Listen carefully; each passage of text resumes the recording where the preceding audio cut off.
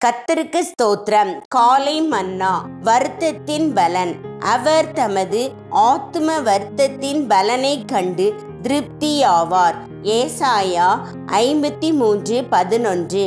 பரிந்துரை செய்வதில் நமக்கு சிறந்ததோர் முன்மாதிரியாக நம்முடைய கர்த்தராகிய இயேசுவை நாம் எங்கு காண்கிறோம்?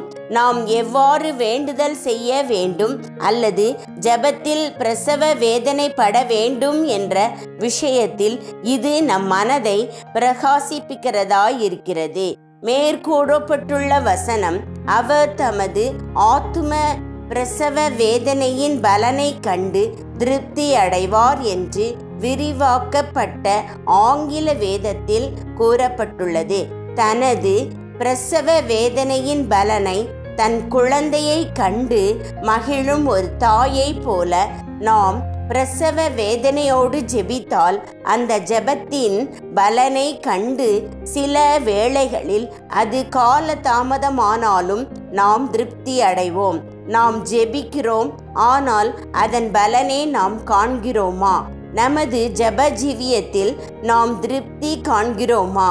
இல்லை எனில் நாம் ஜெபிக்கிற விதத்தை மாற்றிக்கொள்ள வேண்டிய ஏற்ற வேளை இதுவே.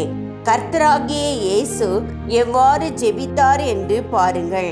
அவர் மாமிசத்தில் இருந்த நாட்களில் பலத்த சத்தத்தோடும் கண்ணீரோடும் விண்ணப்பம் பண்ணினார்.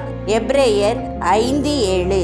ஆம், பிரசவ வேதனையுறும் ஒரு தாய் அதன் பலனை கண்டு திருப்தி அடையும் முன்னர் அவளுக்கு பலத்த சத்தத்தோடு கூடிய அழுகையும் கண்ணீரும் உண்டாயிருக்கும் அன்றோ? ஜெபத்தில் பிரசவ வேதனைப்படுதல் ஆதி அப்போஸ்தலரின் அனுபவமாகவும் இருந்தது.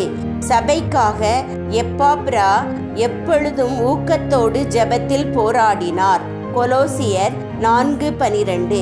அப்போஸ்தலனாகிய பவுல் தன்னோடு சேர்ந்து தனக்காக ஜெபத்தில் போராடும்படியாக ரோம சபையாரிடம் கேட்டுக்கொள்கிறார்.